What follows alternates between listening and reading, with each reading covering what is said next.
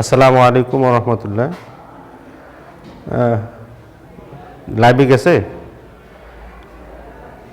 ওকে শিক্ষার্থী বন্ধুরা, তোমরা যারা আমার এই লাইভটি দেখতে পাচ্ছ তোমরা একটু কমেন্ট করে আমাকে নিশ্চিত করো যে আমার শব্দ শোনা যাচ্ছে, তাহলে আমরা মূল আলোচনায় চলে যাব। আশা করি, আমার মনে হয় যে তোমরা শুনতে পাচ্ছ আমাকে। শিক্ষার্থী বন্ধুরা, তোমরা শুনতে পাচ্ছ আমাকে নিশ্চয়ই? লাইভে গেছে?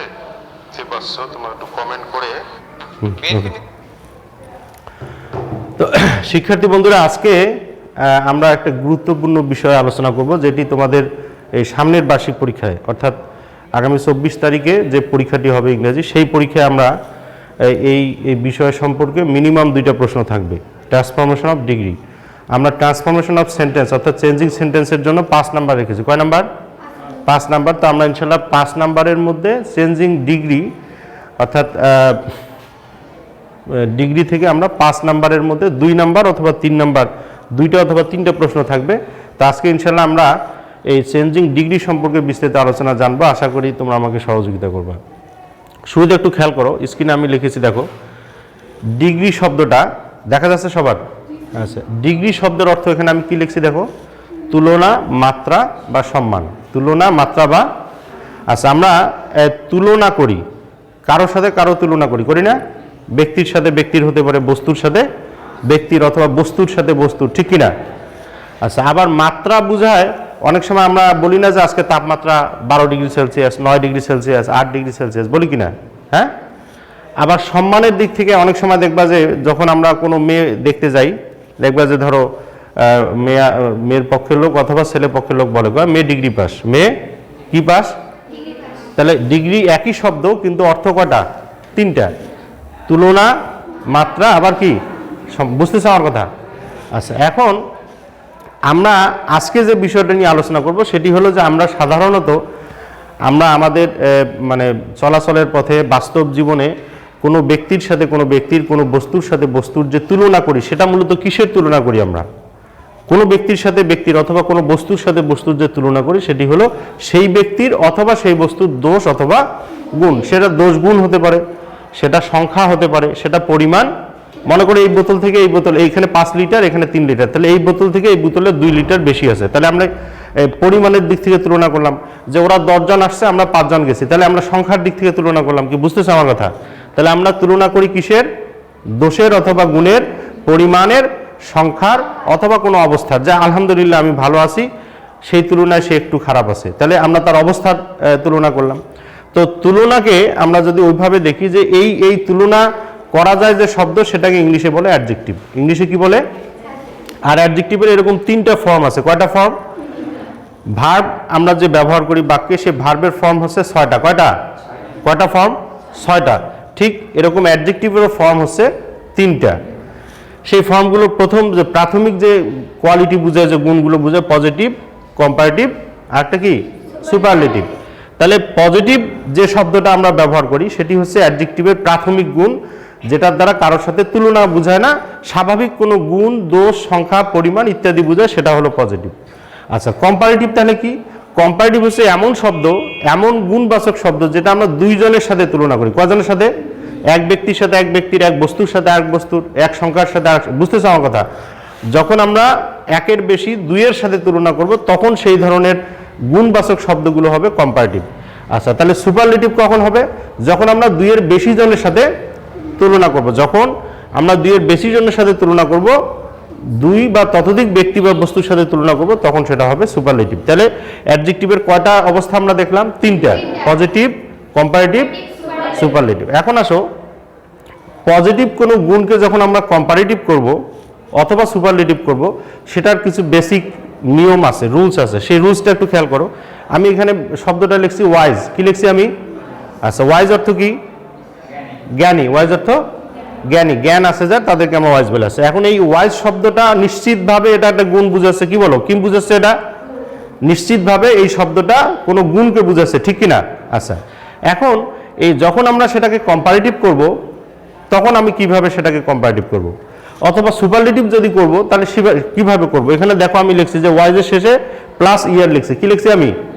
ইয়ার। আবার এখানে ওয়াইজের শেষে প্লাস ইএসটি লিখছি আমি। কি লিখছি?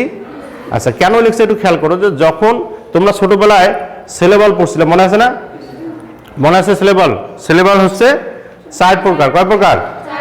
Monosyllable, disyllable, trisyllable, polysyllable. কি বুঝতেছ আমার কথা? মনো, ডাই, ট্রাই, পলি।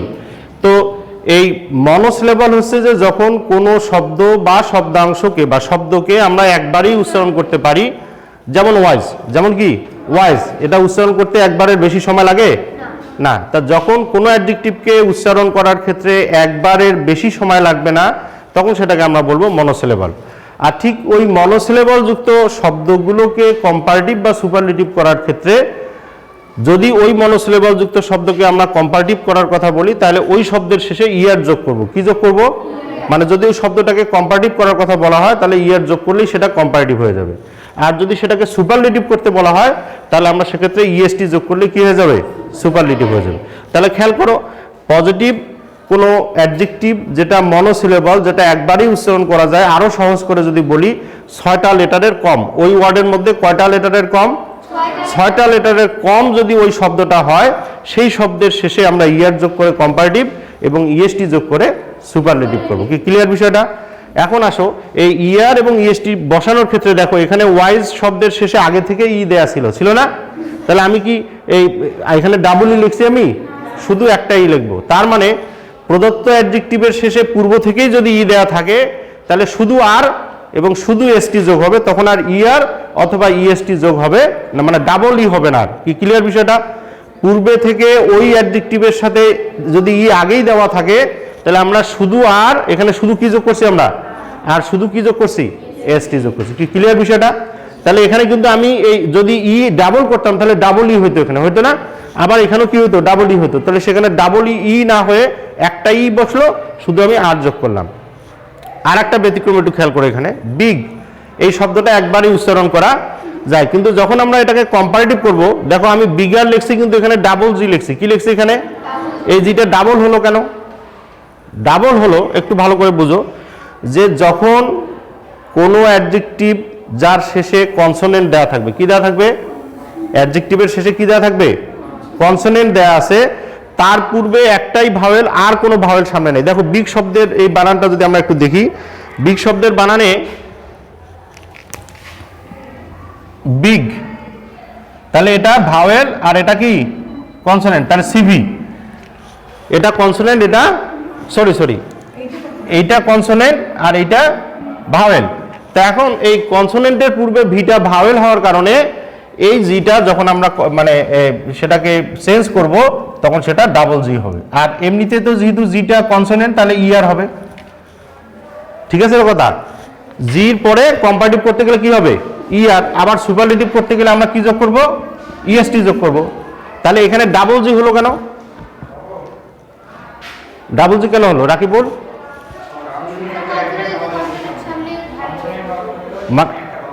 অ্যাডজেক্টিভের শেষে কনসোনেন্ট ভাওয়েল আছে এবং পূর্বে আর কোনো ভাওয়েল নাই। এই আই এর পূর্বে আর কোনো ভাওয়েল আছে, এই কারণে শেষের এই কনসোনেন্টটা ডাবল হবে। কি ক্লিয়ার বিষয়টা? তাহলে শেষের কনসোনেন্টটা তখনই ডাবল হবে যখন তার পূর্বে একটাই ভাওয়েল থাকবে। এবং তোমরা যখন এই মানে ডিগ্রি করবা, তখন এই জায়গায় ভুলটা হবে। তোমরা বিগ বানানে ধরো একটা জি দিয়ে দিবা, সাপোজ বিগ, বিগার, বিগেস্ট, তুমি বি জি ইয়ার দিয়ে দিলে, তারপরে দেখা যায় আমি তো ঠিক লিখে আসছি, কিন্তু দেখা গেল উত্তর লেখার সময় এটা ভুল, কারণ ওটা ডাবল জি হবে। কি বুঝতেছো আমার কথা? তাহলে কোথায় ডাবল জি হবে এটা ক্লিয়ার? আচ্ছা, এরপরে আসো এখানে এই যে আমি লিখছি ড্রাই, মানে শুকনো, ড্রায়ার, ড্রাইয়েস্ট। এখন আসো এখানে যে রুলসটা হচ্ছে ড্রাই শব্দটা, এই ড্রাইটা এই শেষের ওয়াইটা মাঝে মাঝে আই হয়ে যায়। কি হয়ে যায়? আই হয়। এবং সেটা কখন হয়? সেটা ভার্ব চেঞ্জের ক্ষেত্রেও কিন্তু হয়। ভার্বের যদি বলি, আমরা লিখি না ট্রাই, তখন এটাকে ইয়ার যোগ করতে আমরা কি লিখি? ট্রাইস লিখি, তাই না? কি লিখি আমরা? Try, thrice, Cry, ক্রাইস। আমরা এই যে ইএস যোগ করি কেন? এই সূত্রটা মানে ভালো করে জেনে নাও। সেটা হলো যে শব্দের শেষের লেটারটা ওয়াই দেওয়া আছে, যেটা আমি এখানে লিখছি। দেখো শব্দের শেষের লেটারটা কি দেওয়া আছে? ওয়াই। ওয়াইয়ের পূর্বে ভাওয়েল, ওয়াইয়ের পূর্বে কি দেওয়া আছে? ভাওয়েল। তাহলে ওয়াইটা ওয়াই হবে। তাহলে ওয়াইটা, তার মানে এটাকে আমরা আরো সংক্ষিপ্তভাবে যদি মনে রাখতে চাই, এটাকে আমরা এভাবে মনে রাখতে পারি যে ভি সি যদি হয়, তাহলে ওয়াই ওয়াই থাকবে, আর সি ভি যদি হয়, তাহলে ওয়াইটা আই হয়ে যাবে। সরি, সিসি যদি হয়, সিসি মানে কি? সিসি মানে এই সিসি মানে কিন্তু সেই সিসি না, মানে সিসি মানে দুটাই কনসোনেন্ট যদি হয়, শেষের লেটারটা দুটাই কনসোনেন্ট হলে ওয়াইটা আই হয়ে যাবে, ওয়াইটা কি হবে? আর শেষের লেটারটা কনসোনেন্ট তার পূর্বে যদি ভাওয়েল থাকে তাহলে ওয়াই ওয়াই থাকবে। যেমন এখানে ধরো আমি ড্রাই শব্দটা লিখছি ডি আর ওয়াই, তাহলে ওয়াই এর পূর্বে আরটা ভাওয়েল না কনসোনেন্ট? কনসোনেন্ট, এই কারণে আই হয়েছে। আর আইটা যেহেতু ভাওয়েল তাহলে ইয়ার যোগ হলো, আর এখানে আইটা ভাওয়েল, এখানেও ইএসটি যোগ হলো। তাহলে আমরা একটা জিনিস খেয়াল করি ভালো করে, সেটা হলো ট্রাই, ড্রাই, এই শব্দগুলো শেষে ওয়াই আছে, ভালো কথা। আবার যদি আমার একটা এখানে শব্দ ধরো লিখলাম প্লে, তাহলে প্লে বানানে এটা কি ভাওয়েল না? তাহলে তখন আমরা যখন এটাকে চেঞ্জ করব তখন কিন্তু প্লেজ হবে, তখন ওয়াইটা আই হবে না। ওয়াইটা কি হবে না? কেন আই হবে না? কারণ ওয়াই এর পূর্বে এটা কি দেওয়া আছে? ভাওয়েল দেওয়া আছে। তাহলে মাথায় রাখতে হবে যে ওয়াই এর পূর্বে আইটা যদি ভাওয়েল দেওয়া থাকে, ওয়াই এর পূর্বে ভাওয়েল দেওয়া থাকলে তখন ওয়াইটা চেঞ্জ হবে না, কনসোনেন্ট দেওয়া থাকলে ওয়াইটা চেঞ্জ হবে এবং ওয়াইটা তখন কি হবে? ওয়াইটা তখন আই হবে। আচ্ছা, তাহলে আমরা মোটামুটি মনোসিলেবাল যুক্ত অ্যাডজেক্টিভগুলো কিভাবে কম্পারেটিভ বা সুপারলেটিভ করব সেটা জানলাম। মনোসিলেবাল যুক্ত মানে একবারে উচ্চারণ করা যায় যেগুলো, এগুলো। এখন যদি ডাই ট্রাই পলি হয়, ডাই ট্রাই পলি বুঝো তো, মানে দুইয়ের বেশি, অর্থাৎ 6টা লেটারের বেশি, যেমন বিউ টি ফুল, 3বার উচ্চারণ করতে ওই শব্দটাকে ভেঙে আমরা 3 ভাবে উচ্চারণ করতে পারি, বিউ টি ফুল, কি বুঝতেছো আমার কথা? তারপরে এক্সিলেন্ট, ইন্টেলিজেন্ট, তাহলে এই শব্দগুলো একের বেশি সময় লাগে কিনা?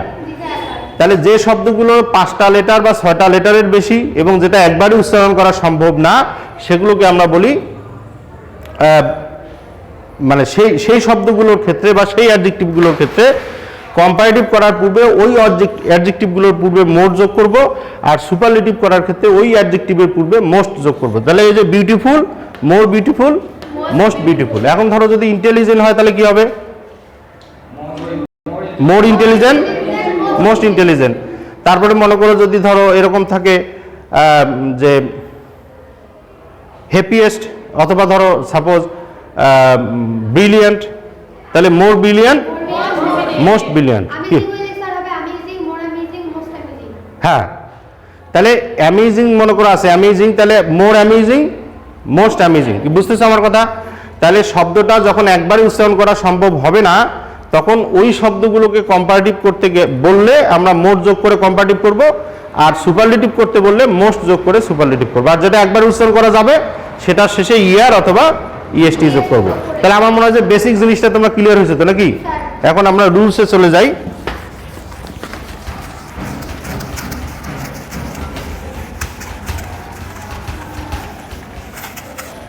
এবার আসো ট্যাগ কোশ্চেনের যে প্রথম যে রুলসটা আছে দেখা যাচ্ছে সবার, প্রথম রুলসটা হচ্ছে যে বাক্যের শুরুতে যদি নো আদার থাকে, কি থাকে?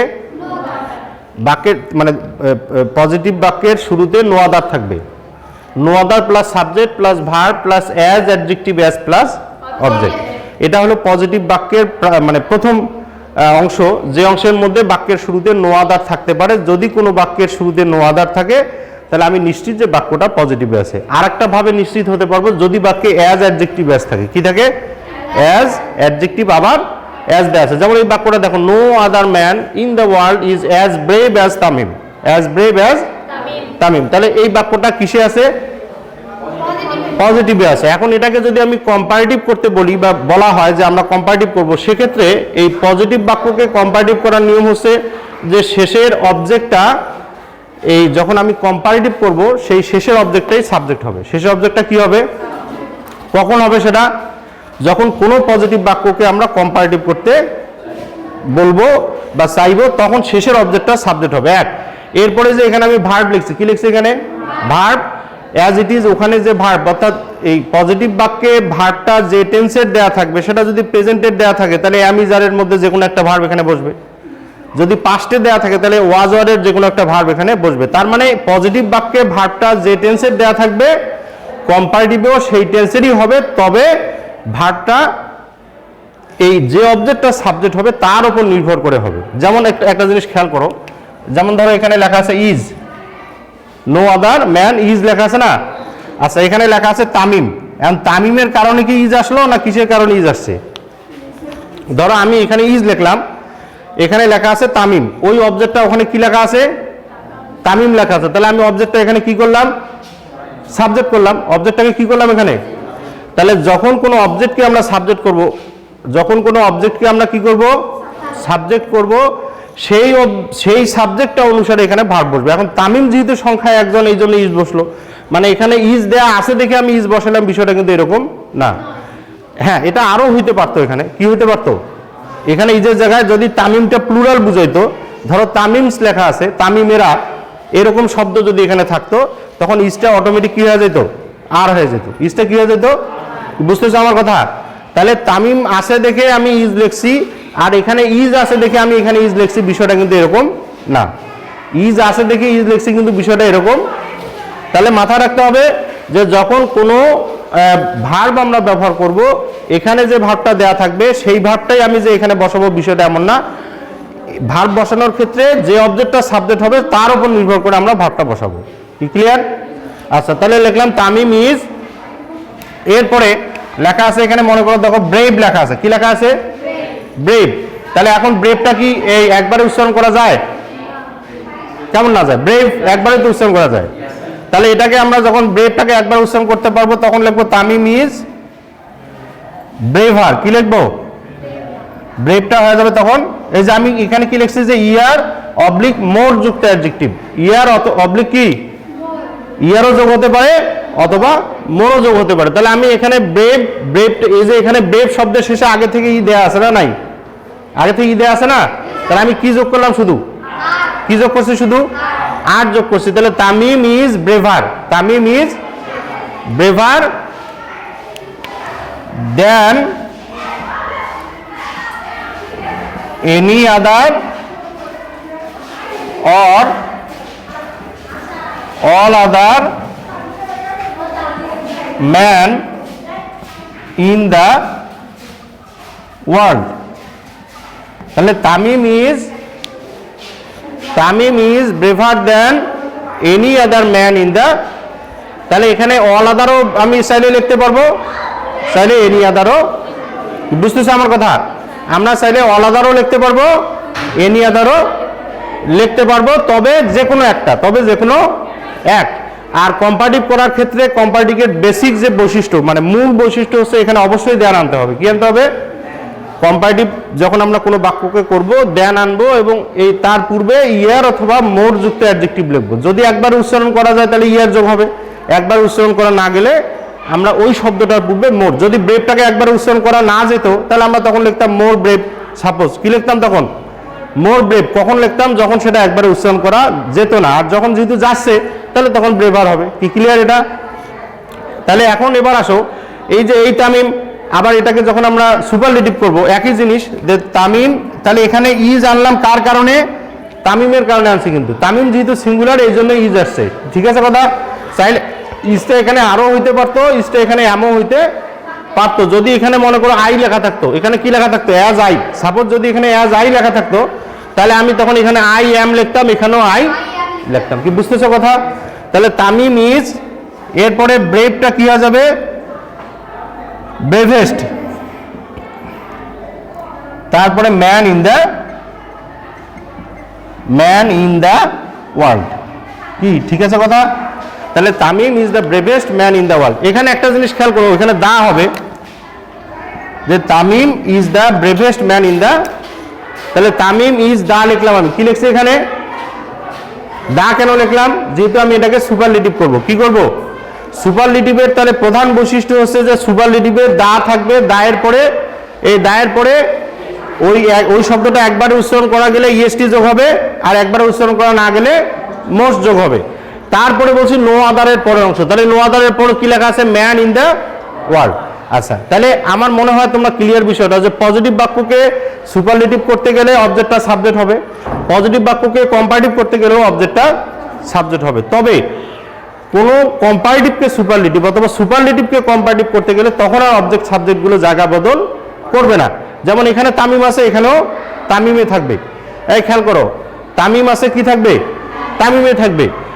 পার্থক্যটা কোথায় হবে? পার্থক্য হচ্ছে কম্পারেটিভে সাবজেক্ট অবজেক্ট জায়গা বদল করবে না ঠিকই, কিন্তু কম্পারেটিভের যে বেসিক বৈশিষ্ট্য, যেমন ধরো দেনের পরে এনি আদার অল আদার লেখা আছে, তখন এখানে এই সুপারলেটিভে সেটা হবে দায়ের পরে ইএসটি অথবা মোস্ট। আমি যদি আরো একটু সংক্ষেপে বলি তোমাদের, মানে সহজভাবে, যে বাক্যে পজিটিভ বাক্যে যদি নো আদার থাকে, কম্পারেটিভের ক্ষেত্রে সেটা হবে দ্যানের পরে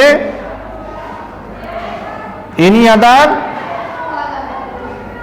আর হচ্ছে অল আদার, আর সুপারলেটিভে সেটা হবে তোমার দা প্লাস ইএসটি অথবা মোস্ট যুক্ত অ্যাডজেক্টিভ। তার মানে এটাকে সহজে মনে রাখার জন্য আমি যদি বলি, কোনো পজিটিভ বাক্যে যদি নো আদার থাকে তাহলে কম্পারেটিভে সেটা কি হবে, মানে কম্পারেটিভ ওই বাক্যে দ্যানের পরে এনি আদার অল আদার হবে। আবার দ্যানের পরে এনি আদার অল আদার আছে কোনো কম্পারেটিভ বাক্যে, সেটাকে পজিটিভ করতে বললে শুরুতে নো আদার আনা লাগবে। আবার কম্পারেটিভ কোনো বাক্যে দ্যানের পরে এনি আদার অল আদার আছে, সেটাকে সুপারলেটিভ করতে বললে দা প্লাস ইএসটি অথবা মোস্ট হবে। কি বুঝতে পারছি কথা? তাহলে কি দাঁড়ালো কথা, যে আমরা এই এই সংক্ষিপ্ত মানে শব্দগুলোকে যদি মনে রাখি, আমরা সংক্ষিপ্ত শব্দগুলো যদি মনে রাখি, যে নো আদার যুক্ত কোনো পজিটিভ বাক্যকে কম্পারেটিভ করবো দ্যানের পরে এনি আদার অল আদার দিয়ে।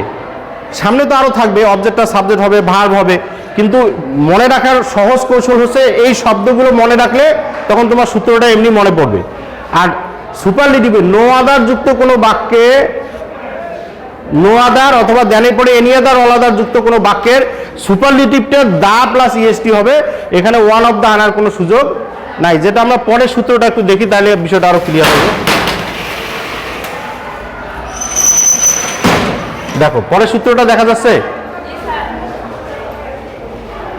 পরের সূত্রটা হচ্ছে যে বাক্যের শুরুতে যদি ভেরি ফিউ থাকে, 2 নম্বর সূত্র যেটা, তাহলে ওখানে আমরা নো আদার দেখলাম, ওখানে কি দেখলাম, নো আদার দেখলাম, আর এখানে আমরা কি দেখলাম, ভেরি ফিউ। তাহলে একই জিনিস, পজিটিভ বাক্যের শুরুতে যদি ভেরি ফিউ থাকে, এই কম্পারেটিভে দেখো সেটা দ্যানের পরে মোস্ট আদার ফিউ আদার হয়, মোস্ট আদার ফিউ আদার হয়, আর সুপারলেটিভে দেখো ওয়ান অফ দা হয়। তার মানে বিষয়টা যদি আমরা এইভাবে চিন্তা করি, যে ভেরি ফিউ দ্যানের পরে তখন কি হবে, most other oblique few other হবে। কি হবে, most other oblique few other, আর এখানে যেটা হবে ওয়ান অফ দা ইএসটি অথবা মোস্ট যুক্ত অ্যাডজেক্টিভ। আচ্ছা, তো এখন খেয়াল করো যে ভেরি ফিউ যুক্ত বাক্যে, বসো কথা বলবো, আচ্ছা কথা বলো না, বসো। তাহলে ভেরি ফিউ কোনো বাক্যের শুরুতে যদি থাকে, আমরা দ্যানের পরে মোস্ট আদার ফিউ আদার লিখবো, আর সুপারলেটিভে আমরা তখন one of the plus EST অথবা মোস্ট করব। তো এখন ভেরি ফিউ দ্যানের পরে মোস্ট আদার ফিউ আদার, আর সুপারলেটিভে সেটা কি হয়ে গেল, ওয়ান অফ দা। আর ওখানে আমরা কি দেখলাম, ওখানে দেখলাম যে সুপারলেটিভে শুধু দা বসে, কম্পারেটিভে দ্যানের পরে এনি আদার অল আদার বসে, আর পজিটিভে সেটা নো আদার। মানে এই পার্থক্যটা দেখো, এখানে যখন নো আদার হবে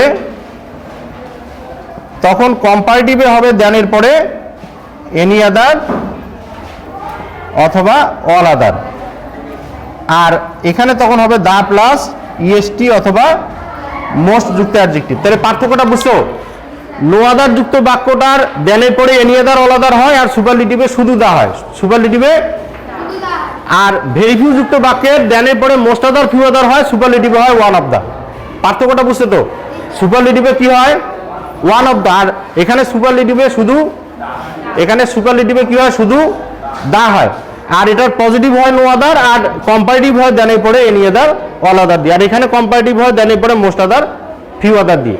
জাস্ট এই বেসিক এই অংশটুকুও যদি তুমি মনে রাখো, এই অংশটুকুও যদি তুমি মনে রাখো, অন্তত ডিগ্রি পরিবর্তন করার ক্ষেত্রে তোমাদের তখন আর কোনো সমস্যা। আচ্ছা, এবার তাহলে খেয়াল করো, এই বাক্যটা একটু যদি আমাকে হেল্প করো, যে very few girls war as beautiful as Helen. তাহলে আমি এখানে কি লিখলাম, হেলেন, তারপরে কি হবে, আমি লিখছি এখানে ওয়ার, তাহলে আমি কি এখানে ওয়ার লিখবো, কথা কয় না, এখানে ওয়ার লেখা আছে না ভার্ব, তাহলে আমি কি এখানে ওয়ার লিখবো নাকি ওয়াজ লিখবো? ওয়াজ কেন লিখবো, কারণ এখানে হেলেন সংখ্যায় কয়জন, এখানে বলছে ভেরি ফিউ গার্লস, গার্লস মানে প্লুরাল ছিল, তাই না? তাহলে গার্লস সংখ্যায় একজন না, এটা তো নিশ্চিত, অনেকজন ছিল, এই জন্য ওয়ার, এই জন্য ভেরি ফিউ যুক্ত কোনো বাক্য যখন থাকবে, এটা আমাদের শিক্ষার্থীরা খুব ভুল করে, সেটা হলো যে ভেরি ফিউ যুক্ত বাক্যগুলোকে তারা এই সাপোজ এই কম্পারেটিভ বাক্যটাকে তুমি পজিটিভ করলা, বাক্যের শুরুতে তুমি ভেরি ফিউ আনলা, মাথায় রাখতে হবে বাক্যের শুরুতে যদি ভেরি ফিউ আনো 100% এর ভার্বটা প্লুরাল হবে। বুঝতেছো আমার কথা? মানে কোনো কারণে কোনো কম্পারেটিভ বাক্যকে পজিটিভ করলা, যার শুরুতে ভেরি ফিউ আনা লাগলো, যার শুরুতে কি আনছো তুমি ভেরি ফিউ নিয়ে আসছো, এই ভেরি ফিউ আনতে গেলে অবশ্যই তার ভার্বটা প্লুরাল হবে। কি হবে? কিন্তু আবার কোনো ভেরি ফিউ বাক্যকে কম্পারেটিভ অথবা সুপারলেটিভ যদি করো, সেক্ষেত্রে সেটা প্লুরাল হইলেও হইতে পারে, নাও। যেমন আমি এখানে হেলেন লিখছি, যদি এখানে হেলেন্স লেখা থাকতো, কি লেখা থাকতো হেলেনেরা, এখানে হেলেনের সাথে যদি এস থাকতো তাহলে কি প্লুরাল হইতো না? তখন আমি এখানে হেলেন্স লিখলে তখন কিন্তু ওয়ার ঠিকই লিখতাম। তার মানে ভেরি ফিউ থাকলে যেমন ভার্ব প্লুরাল হবে, আর ভেরি ফিউ যুক্ত বাক্যকে কম্পারেটিভ সুপারলেটিভ করার ক্ষেত্রে ভার্ব প্লুরাল হতেও পারে, নাও হতে পারে। নির্ভর করবে কার উপর? অবজেক্টের উপর। কার উপর নির্ভর করবে? সেটা অবজেক্ট যেটা দেয়া থাকবে সেটাকে সাবজেক্ট বানানোর পরে যদি দেখো যে সেটা সিঙ্গুলার আছে, তাহলে ওয়াজ অথবা ওয়ার অথবা ইজ হবে, আর যদি সেটা প্লুরাল হয় তাহলে ওয়ার অথবা আর হবে। তাহলে যেহেতু এটা সিঙ্গুলার, তাহলে আমি লিখলাম হলেন ওয়াজ। এবার আসো অ্যাজ বিউটিফুল অ্যাজ, তাহলে বিউটিফুলটা একবার উচ্চারণ করা যায়? যায় না। তাহলে কি হবে? Helen was more beautiful. কি হবে? More beautiful. তারপরে এখানে দেখো দেনের পরে ওখানে যেমন আমরা লিখছিলাম কি এনি আদার অল আদার, এখানে আর এনি আদার অল আদার লিখতে পারবো আমি। আরো সহজ করে যদি বলি, ফিউ মানে ভেরি ফিউ আছে কিনা বাক্যের শুরুতে, তাহলে ফিউ থাকলে ফিউ আদার হয়। তাই মনে রাখাটা আরো সহজ হবে যে ভেরি ফিউ যুক্ত বাক্যে ফিউ আছে না, এই ফিউ থাকলে এটা কি হবে? Few other. মনে রাখাটা সহজ হবে না তখন? যে দেনের পরে যদি ভেরি ফিউ থাকে, দেনের পরে আমি কি লিখবো? Few other. মোস্ট আদারও লিখতে পারি, অসুবিধা নাই। তাহলে আমি ধরো লিখলাম যে ফিউ আদার, এরপরে বলছি কি ভেরি ফিউ এর পরের অংশ, তাহলে ভেরি ফিউ এর পরে কি লেখা আছে? শুধু লেখা আছে গার্লস। কি লেখা আছে? গার্লস। তাহলে আমি লিখলাম Helen was more beautiful than few other girls. হয়ে গেল, শেষ।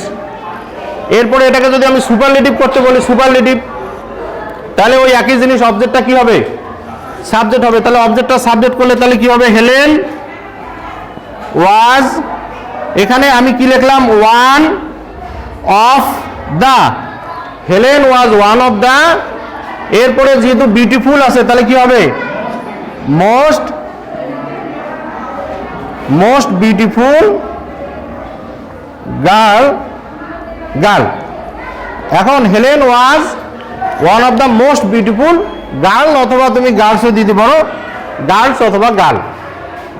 তাহলে আমরা প্রাথমিক যে জিনিসটা জানলাম যে কোনো পজিটিভ বাক্যকে সুপারলেটিভ করার দুইটা নিয়ম আছে। একটা হলো নো আদার দিয়ে শুরু হয়, আর একটা কি দিয়ে শুরু হয়? কথা বলা, ভেরি ফিউ দিয়ে শুরু হয়। একটা নো আদার দিয়ে শুরু হয়, আর একটা কি দিয়ে শুরু হয়? ভেরি ফিউ দিয়ে শুরু হয়। ভেরি ফিউ যুক্ত বাক্যের ক্ষেত্রে আমরা দেখব কম্পারেটিভ করার ক্ষেত্রে দেনের পরে মোস্ট আদার ফিউ আদার আনবো, আর সুপারলেটিভে আনবো ওয়ান অফ দা। আর নো আদার যুক্ত বাক্যকে কম্পারেটিভ করার ক্ষেত্রে দেনের পরে আনবো এনি আদার অল আদার, আর সুপারলেটিভ করার ক্ষেত্রে আসবে শুধু দা প্লাস ইএসটি অথবা মোস্ট। আর দুইটা গুরুত্বপূর্ণ রুলস আছে, যেটা এই আমরা 2 মিনিটে শেষ করে দেবো ইনশাল্লাহ। সেটা হলো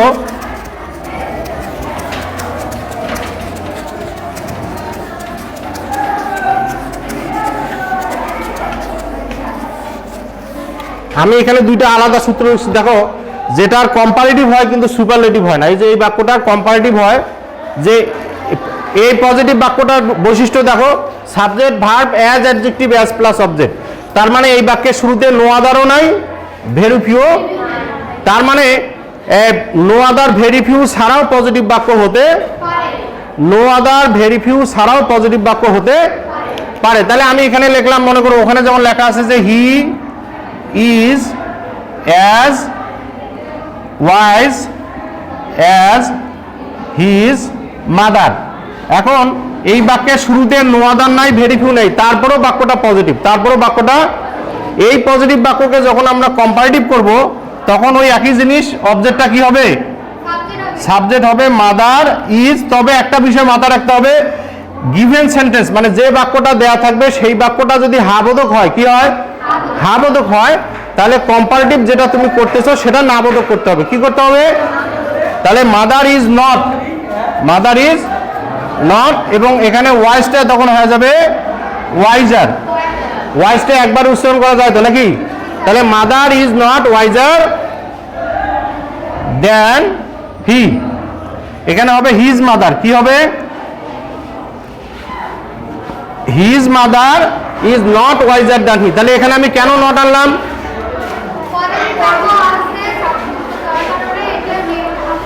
এখানে নট আনলাম কেন?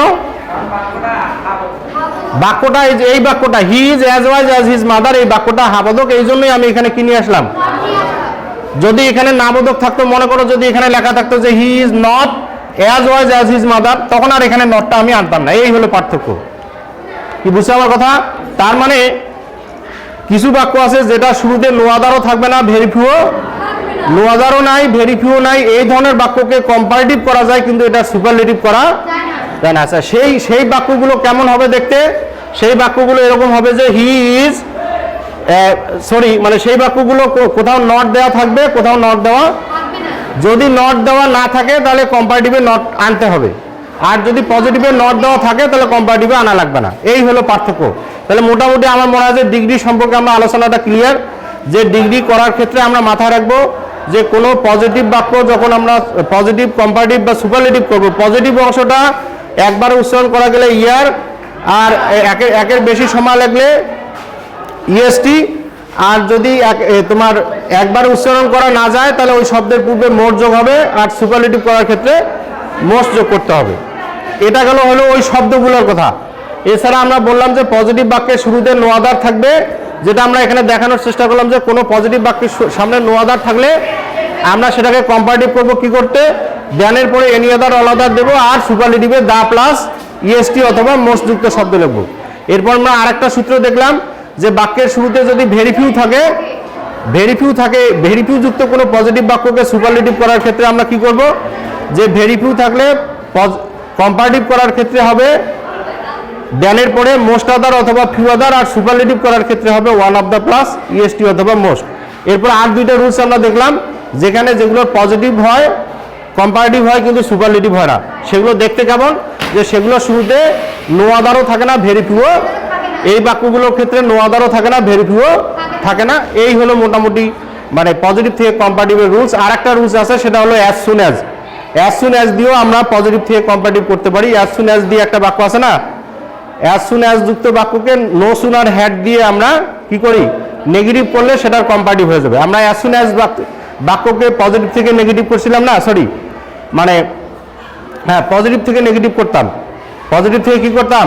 বা অ্যাফার্মেটিভ থেকে নেগেটিভ করতাম। তো অ্যাফার্মেটিভ থেকে নেগেটিভ করলে অ্যাজ সুন অ্যাজ যুক্ত বাক্যকে অ্যাফার্মেটিভ থেকে নেগেটিভ করলে কি নিয়ে আসতাম? No sooner had. তো নো সুনার হ্যাড মানে অ্যাফার্মেটিভ কোনো বাক্যকে নো সুনার হ্যাড দিয়ে যখন নেগেটিভ করবা তখন সেটা কম্পারেটিভ ডিগ্রি হয়ে যাবে। মানে ওরা চালাকি করে অ্যাজ সুন অ্যাজ এই বাক্যটাকে মনে করো কম্পারেটিভ করার জন্য বললো। কি করার জন্য বললো? কিন্তু তুমি তো জানো যে অ্যাজ সুন অ্যাজ বাক্যকে নেগেটিভ করা যায়, নো সুনার হ্যাড দিয়ে কি করা যায়? নেগেটিভ করা যায়। তাহলে তুমি করবা নেগেটিভ, হয়ে যাবে কম্পারেটিভ। কি বুঝতে পারছি কথা? তাহলে মোটামুটি আমরা আজকে ডিগ্রির শুরু থেকে শেষ পর্যন্ত বিষয়গুলো জানলাম। আশা করি তোমরা মানে উপভোগ করছো। ডিগ্রি সংক্রান্ত কোনো প্রশ্ন যদি থাকে তোমরা চাইলে আমাকে করতে পারো, নাহলে আমরা এখানেই আমাদের আজকের আলোচনা শেষ করবো ইনশাল্লাহ।